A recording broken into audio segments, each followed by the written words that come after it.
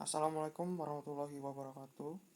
Saya Muhammad Naufal Arfani ingin menjelaskan materi tentang strategi merek.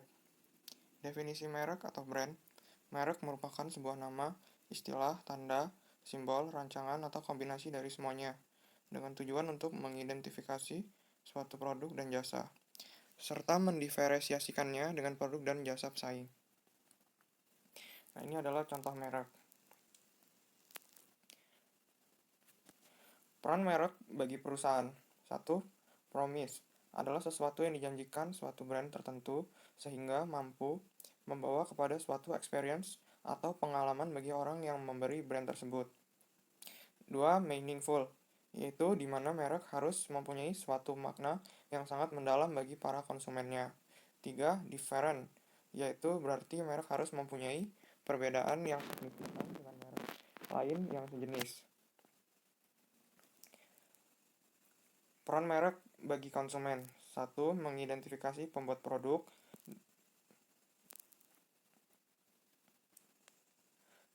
2. Memungkinkan konsumen untuk menuntut tanggung jawab atas kinerja pabrikan atau distributor.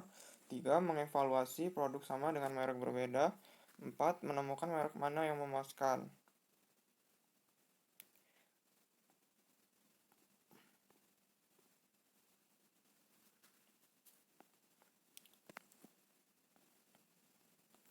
Memilih elemen merek. 5 kriteria untuk mendesain dan memilih elemen merek tersebut. 1. Memorable. Elemen merek harus gampang dikenali dan diingat. Hal ini mendukung tingkat ekuitas merek yang bertujuan mencapai tingkat tertinggi dan brand awareness pasar. 2. Meaningful. Elemen merek harus mempunyai kredibilitas dan daya sugestif. Misalnya membuncahkan kesenangan, menarik, serta kaya dalam image, visual, dan verbal. 3. Transferability. Elemen merek ini bersifat mobile, baik dari sisi kategori produk maupun batasan geografis maupun budaya. 4. Adaptability. Elemen merek ini harus bersifat fleksibel agar dengan gampang lebih mudah diperbarui dan disesuaikan dengan konteks. 5. Protectability. Elemen merek ini harus aman baik secara hukum maupun persaingan. Memilih elemen merek. Contoh memilih elemen merek. Elemen merek atau alat pemberi nama dagang yang mengidentifikasikan dan mendiferensiasikan merek. Contoh, Nike dengan logo Swatch atau checklist dan slogan Just Do It mencitrakan produknya di pasaran. Membangun merek. Cara membangun merek. Yang pertama, memiliki positioning yang tepat. Yang kedua, memiliki brand value yang tepat. Yang ketiga, memiliki konsep yang tepat. 1. Memiliki positioning yang tepat. Merek dapat dipositioningkan dengan berbagai cara. Misalnya dengan menempatkan posisinya secara spesifik di benak pelanggan. Membangun positioning adalah menempatkan semua aspek dari brand value, termasuk manfaat fungsional, secara konsisten sehingga selalu menjadi nomor satu di benak pelanggan. 2. Memiliki brand value yang tepat.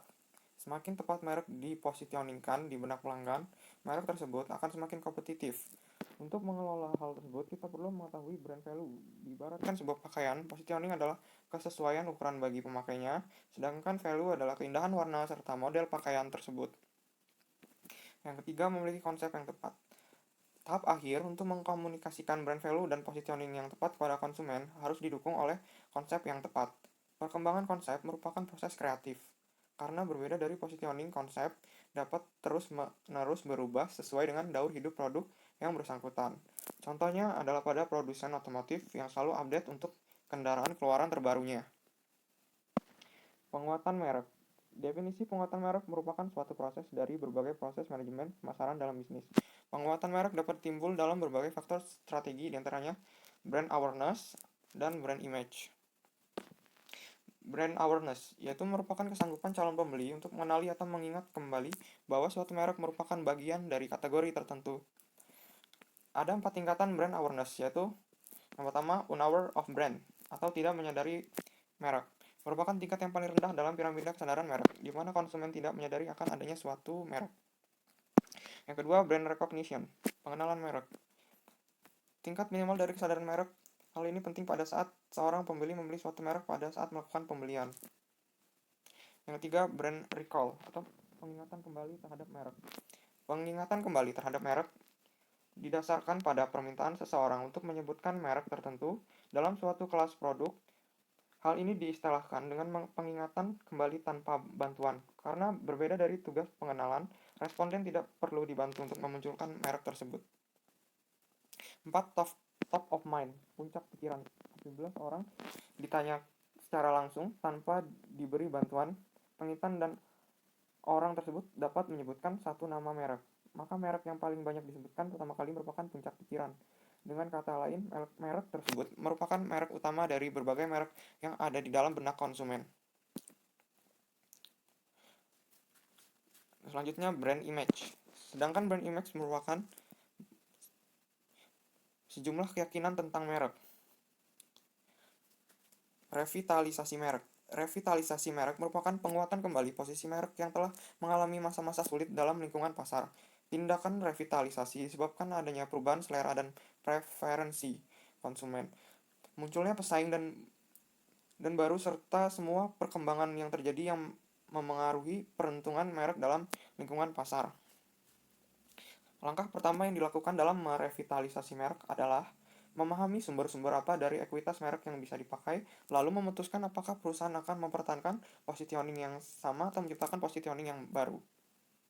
Sekian presentasi dari saya. Assalamualaikum warahmatullahi wabarakatuh.